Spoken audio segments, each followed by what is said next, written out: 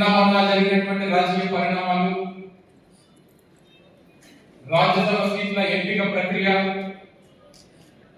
ఇప్పటికే ఒకరితో పల్లాకపోతున్నాం, మళ్ళీ ఇంకొక తయారయ్యేటువంటి అభిప్రాయం చాలా మంది కనబడతాం. సోదరులు చాలా మంది నాతో మాట్లాడినప్పుడు ఒక విషయం చెప్పారు.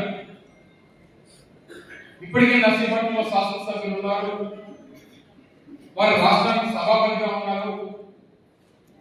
ఇంత పెద్ద పోస్టులో ఉన్నప్పుడు మళ్ళీ అదే కుటుంబంలో ఇంకొకరు రాజ్యసభ ఏంటి, ఎక్కడా లేదు కదా అని చెప్పి చాలా మంది చర్చించుకుంటా ఉన్నారు. నన్ను కూడా అడిగారు, ఎప్పుడు ఒకే ఇంట్లో 2 పదవులు వచ్చినా, ఒకే నియోజకవర్గంలో ఎంతమంది పదవులు వచ్చినా కారణం ఏంటంటే బలమైనటువంటి ప్రతిపక్షం ఉండడం వల్ల జరిగినటువంటి ప్రతిపక్షం మీకే ఉంటే అది పదవులు రావు. ఈరోజు తండ్రి గోపాలి, కొడుకు గోపాలి, కారణం ఏంటంటే ఒక బలమైనటువంటి ప్రత్యర్థి గణేష్ ఎదుర్కోవాలంటే ఇన్ని పదవులు అవసరం అని చెప్పి ఆ పార్టీ అనుకుంది కాబట్టి 2 పదవులు వచ్చింది. అది వారి గొప్పతనం అనుకుంటే అమాయకత్వం. కేవలం గణేష్ యొక్క బలం వల్ల ఆ ఇంట్లో మరో పదవి వచ్చిందనే విషయాన్ని గమనించుకుంటున్నాం. ఎవరు కూడా నిరుత్సాహపడాల్సినటువంటి పని లేదు. ఇటువంటి ఎన్నో చూసాం, ఎన్నో పదవులు చూసాం, ఎంతో మంది నాయకులు చూసాం.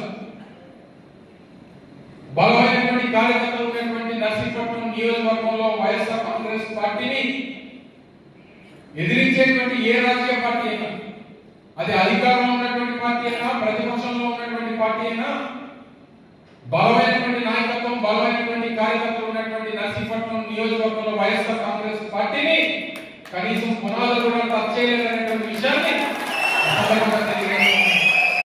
2 సంవత్సరాల దాటిన మా నాయకులు వస్తారు, నాయకులు వస్తారనేటువంటి నుంచి కూడా వెళ్ళిపోయి నెంబర్ ఆయన పేరు వచ్చుకుంటే నెంబర్ పరిగెడతారు.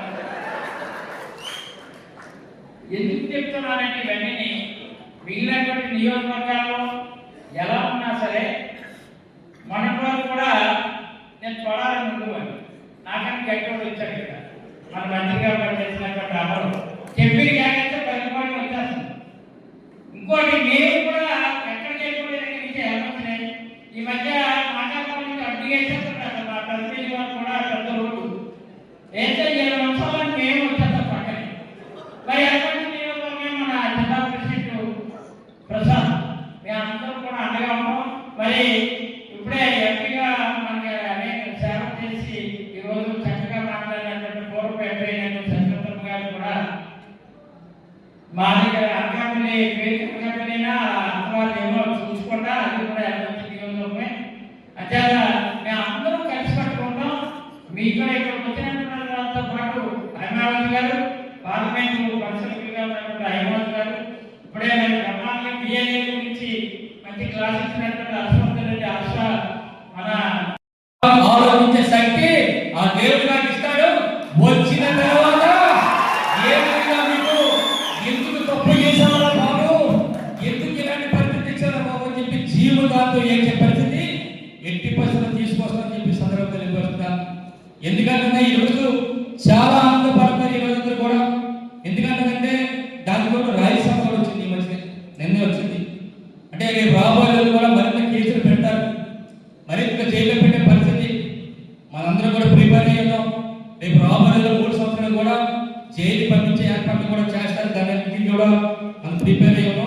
అయితే ఒక్కటి కూడా చెప్తాం, మీ అందరూ కూడా ఎట్టి పరిస్థితులు కూడా మనందరూ కూడా 2 సంవత్సరాలు ఎందుకు ఇబ్బందులు పడ్డాం, రేపు రాబోయే 3 సంవత్సరాలు కూడా మనందరూ కూడా పని చేయాల్సిన అవసరం ఉందని చెప్పి సందర్భంగా తెలియపరుస్తున్నాను. మన టీడీపీ నాయకులు మీ మధ్య చాలా ఎక్కువగా మాట్లాడుతున్నారు. ఒక్కటి చేసుకోవడానికి కూడా ఈరోజు మీరు గెలిచారంటే పెద్ద కాదు, కేవలం 12,500 ఓట్లు అటు నుంచి పడితే మీ ఇంట్లో కూర్చునే పరిస్థితి.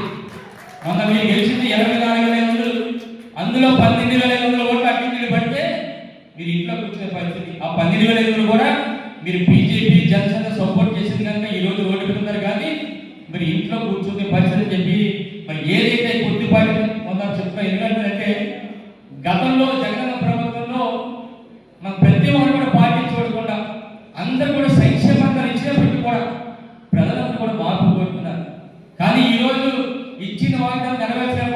రేపు రాబోయే రోజుల్లో ఈ ప్రజలందరూ కూడా ఏ విధంగా